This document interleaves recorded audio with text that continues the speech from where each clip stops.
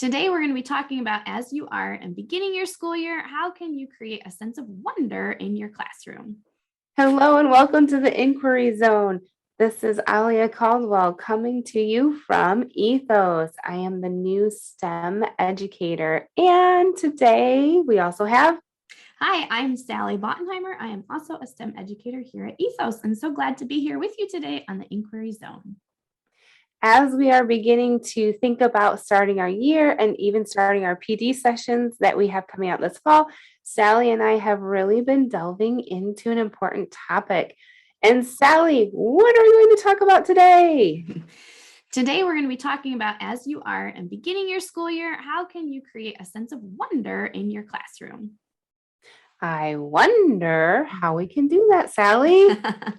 Well, we've been brainstorming and we've come up with some good suggestions on how to help you have a wonderful school year. First of all, Sally, is the sense of wonder just for primary grades or is it really for everyone? I believe that the sense of wonder is true for all of us, even as adults. Sometimes I think that we kind of squelch that sense of wonder in ourselves and we can stop ourselves from wondering and asking questions. But if we take time to give ourselves a chance to wonder, that we can all participate in that. Do you agree?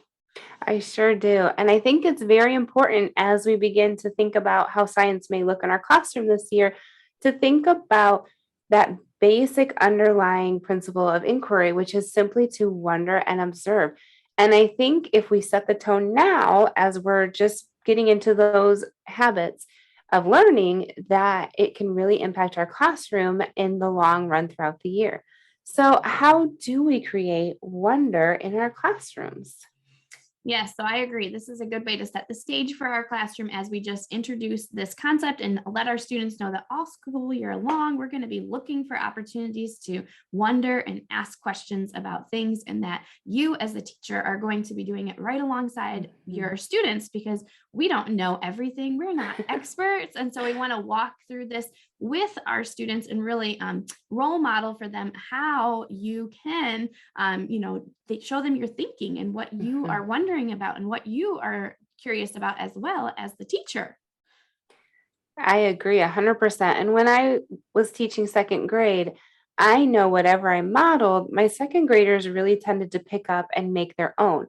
So when I showed how to question, how to think about things, how to disagree even at times with something that I heard or an author said, that it sparked that in them as well. And they felt comfortable because they saw me doing it and they didn't see me as this mighty expert, but as a lifelong learner along with them, which is really what inquiry is about, is being a learner as well. Sally, have you ever had a student stump you with a question? Always, right? And I think once we provide that safe place for our students to ask questions, they will enjoy stumping us and enjoy coming up with questions that we don't know the answers to, and think that's kind of like a badge of honor for them that they were able to stump us, right, as teachers. But we, kids are like naturally great at being curious and wondering about their world. And if we can give them that platform to be able to ask those questions and to be curious, then we will really benefit as teachers from them. Like we will be learning right alongside them as well. I think, how to wonder in our classroom. So, how do you think we set this up as we're getting our classroom management in place and we're getting the expectations for our classroom ready? How do we naturally start to bring this out of our students?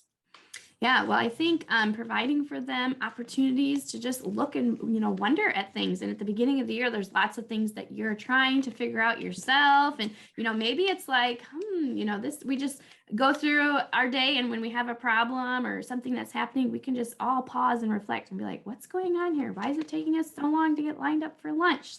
And just use that as an opportunity to have that dialogue with your students and to really try to see things from their perspective. Do you have some ideas how we could get started at the beginning of the year to create a sense of wonder? One thing I always love to start my year with was a good book. And I always love to read aloud to my students. Even my fourth graders, when I taught fourth grade, loved when I read aloud. So I think a read aloud or a reading series can be a great way to naturally model it for our students and also to help them think of things that they might have missed. I mean, when I read with my 5-year-old at night, he asks me amazing questions and I don't know all the answers, but I tell him, you know what, that's a great question. Let's think about that tomorrow. Or, hey, we're going to the library tomorrow. Let's see if we can find a book about that topic. And he has really brought learning to life for me as well, because I've picked up things that I didn't necessarily know a lot about because he is wondering about it. One thing I love is this book is really cute. It says, "Do lizards eat ice cream?" And I think just reading this title and posing the question to my students could get wonder and that observation skill. Like, think about a lizard. Have I ever seen a lizard eating ice cream? No, I don't think so. And then you can also pull a lot of good background knowledge from your students and maybe see things that they don't understand or lead them in a direction that you would like to go. This page is really cute. It says, "When it gets hot out, do animals wear flip-flops?" So maybe a question we could pose is just, I wonder, could a flamingo wear flip-flops? And just get the dialogue going with the students so they feel comfortable sharing their ideas. And once again, setting up that idea of there isn't a right or wrong answer. We're here to learn, and we're all here to learn. No one is an expert. And after you answer this question, maybe the next thing we could pose is, I wonder what animals could wear flip-flops. Is there an animal that could wear flip-flops? And again, just have some fun with it. I think when we make it fun, maybe even a little funny, that the students will really get into it. And again, it creates that classroom environment. It makes teamwork, and it helps the students to feel comfortable wondering out loud, because they're not going to be made fun of. They're not going to be made to feel stupid, because they are allowed to naturally express their curiosity. And I would love to start like a mini lesson with a question and act like I had no idea, which second graders are easy to fool. Older kids are a little harder, but I would act like I had no idea what the answer could be, even though most of the time I kind of had at least a direction I was going. Do you have any other ideas for creating wonder? Yeah, just when you are having that conversation with your students, it provides you an opportunity to understand what is happening in their brains, and you kind of get a picture of what they're thinking and directions you might want to go with your lessons, or misconceptions that maybe they have, or just gives you some ideas where you could go in the future with your wondering and with your instruction. And, I was thinking about like when you have a baby at home and they're first starting to get mobile, and how, they're starting to crawl or roll around. And what the doctors suggest for you to do is to like get down on your hands and knees and crawl around in your house and view that, your house, how your child would see it, so that like what are the dangers and what can you do to make it safer. And so I was thinking it's kind of similar to that with our classroom, because we look at it from our adult eyes and we miss so much when we look at it with our adult eyes. But if we will allow our students to let us, see it through their eyes and through their wondering and through their asking questions, then we can better understand, how to teach them, and just ideas of what we could do to, create a culture of science and asking questions and wondering in our classroom. One thing I love to use as a teacher too is a wonder wall. And I've seen teachers do it all different kinds of ways. So you kind of have to pick what works for you. And again, primary versus secondary, it can very much so vary. I literally had a poster board that said, "I am wondering," nothing fancy.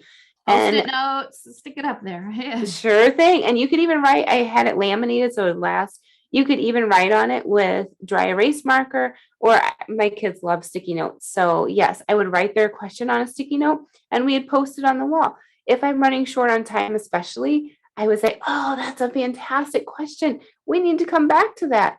And then I would leave the question on the wonder wall. Sometimes during independent work time, I would take that sticky note and I would say, "Oh, it is your job today to try to find some research on this topic." Or we used Epic or Sora apps on our iPads, and so I would try to find a collection of books. I wouldn't necessarily try to find the answer. I would try to find resources. As a second grade teacher, they're starting to get into that research aspect, and I didn't want them to look at me for answers. I really wanted my students to look at how can I be independent and find the answer myself. So I would more push towards resources or, hey, we're going to library tomorrow. Let's ask our librarian, do you have books on this topic? And again, lead the student in their natural wondering instead of just being like, this is the answer. Mhm. And sometimes those questions didn't get answered for a while, and sometimes they never got answered. Sally, do you think it's okay to leave a question on the wonder wall? I think it's okay to leave a question on the wonder wall because I know I have questions of my own that are still on the wonder wall.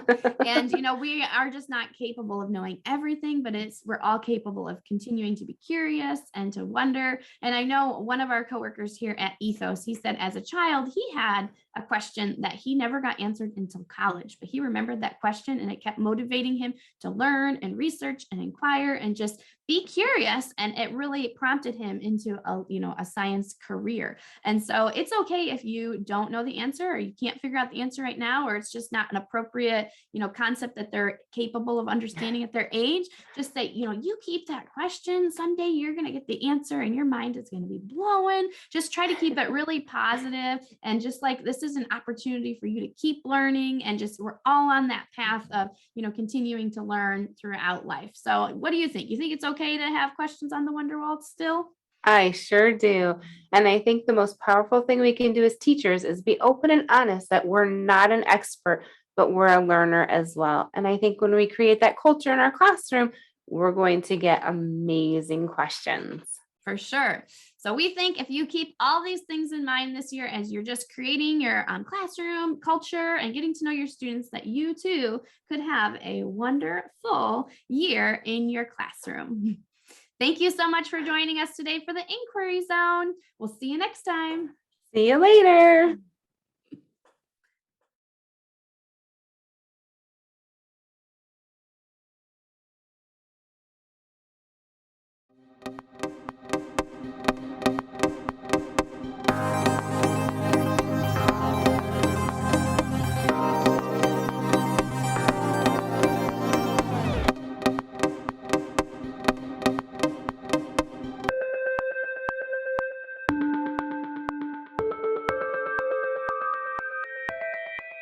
Thank you to our new partners, the outstanding teachers in the South Bend Community Schools as you join the Inquiry Zone this fall, and also to the dedicated teachers in the Boggle Community Schools as we begin the Inquiry Zone together. Thank you. ETHOS offers the Inquiry Zone professional development to schools. Helping to ensure a robust, fun, and cross-curricular approach to science is supported in all grades. Please contact us at contact@ethosinc.org.